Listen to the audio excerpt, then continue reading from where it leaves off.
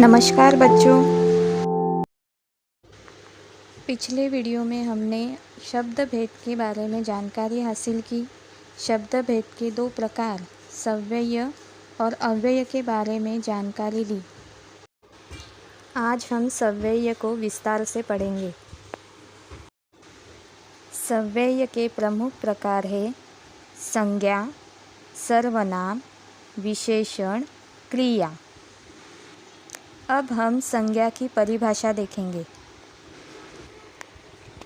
जिस शब्द से किसी व्यक्ति, वस्तु, स्थान, गुण, भाव आदि के नाम का ज्ञान होता है उसे संज्ञा कहते हैं। जैसे लड़का, मिट्टी, भीड़, साहस आदि। देखो बच्चों, संज्ञा का दूसरा अर्थ नाम होता है। जैसे किसी व्यक्ति का नाम, किसी वस्तु का नाम, किसी विशेष स्थान का नाम। जिन शब्दों से पहचान मिलती है उन शब्दों को संज्ञा कहते हैं। तो चलो बच्चों, आज हम संज्ञा के प्रकार देखेंगे। संज्ञा का पहला प्रकार है व्यक्तिवाचक संज्ञा, जातिवाचक संज्ञा, भाववाचक संज्ञा, द्रव्यवाचक संज्ञा और समूहवाचक संज्ञा। बच्चों, तो अब हम व्यक्तिवाचक संज्ञा किसे कहते हैं, उसकी परिभाषा क्या है वे देखेंगे। किसी विशेष प्राणी, स्थान या वस्तु के नाम को व्यक्तिवाचक संज्ञा कहते हैं। जैसे किसी व्यक्ति का नाम राम, शहर का नाम आगरा, मुंबई, किसी फूल का नाम जैसे गुलाब, मोगरा। बच्चों, किसी भी इंसान, प्राणी, स्थान या वस्तु के नाम को व्यक्तिवाचक संज्ञा कहते हैं। अब हम दूसरा प्रकार देखेंगे, जातिवाचक संज्ञा। जातिवाचक संज्ञा किसे कहते हैं वो देखेंगे। जो संज्ञा शब्द किसी प्राणी, स्थान या वस्तु की पूरी जाति का बोध कराते हैं उन्हें जातिवाचक संज्ञा कहते हैं। जैसे देश, नदी, किताब। देखो बच्चों, शेर, हाथी, बंदर इन सब के अपने अपने नाम होते हैं, परंतु इन सभी को हम जानवर अर्थात प्राणी कहते हैं। अर्थात जिस शब्द से पूरी जाति का बोध हो उसे जातिवाचक संज्ञा कहते हैं। चलो बच्चों, अब हम भाववाचक संज्ञा के बारे में जानकारी हासिल करेंगे। किसी भाव, गुण, अवस्था या दशा का बोध कराने वाले शब्द को भाववाचक संज्ञा कहते हैं।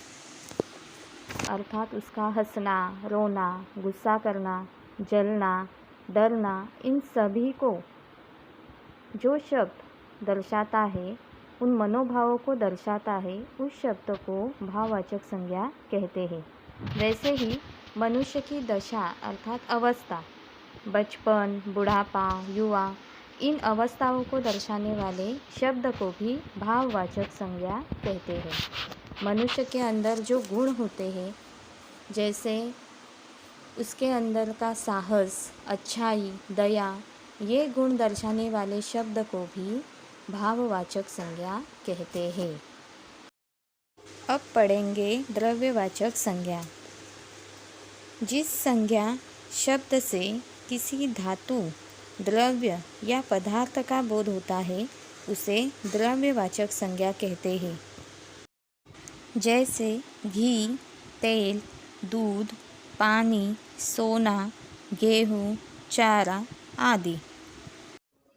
देखो बच्चों, हर तरह के धातु यानी सोना, चांदी, लोहा, पीतल, हर तरह के तरल पदार्थ जैसे पानी, दूध, हर तरह का अनाज जैसे गेहूँ, चावल, चारा, इन सभी को दर्शाने वाले संज्ञा को द्रव्यवाचक संज्ञा कहते हैं। अब हम पढ़ेंगे समूहवाचक संज्ञा। जो संज्ञा शब्द किसी समूह या समुदाय का बोध कराते हैं उन्हें समूहवाचक संज्ञा कहते हैं। देखो बच्चों, समूह यानी एक साथ होना। जैसे मनुष्य की भीड़ यानी एक से अधिक मनुष्य जहाँ पर एक साथ होते हैं उसे भीड़ कहते हैं।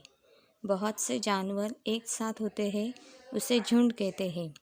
एक से अधिक फूल मिलकर फूलों का गुच्छा बनता है, अर्थात एक साथ समूह में दर्शाने वाली संज्ञा को समूहवाचक संज्ञा कहते हैं। तो बच्चों, आज का वीडियो हम यहीं पर समाप्त करते हैं।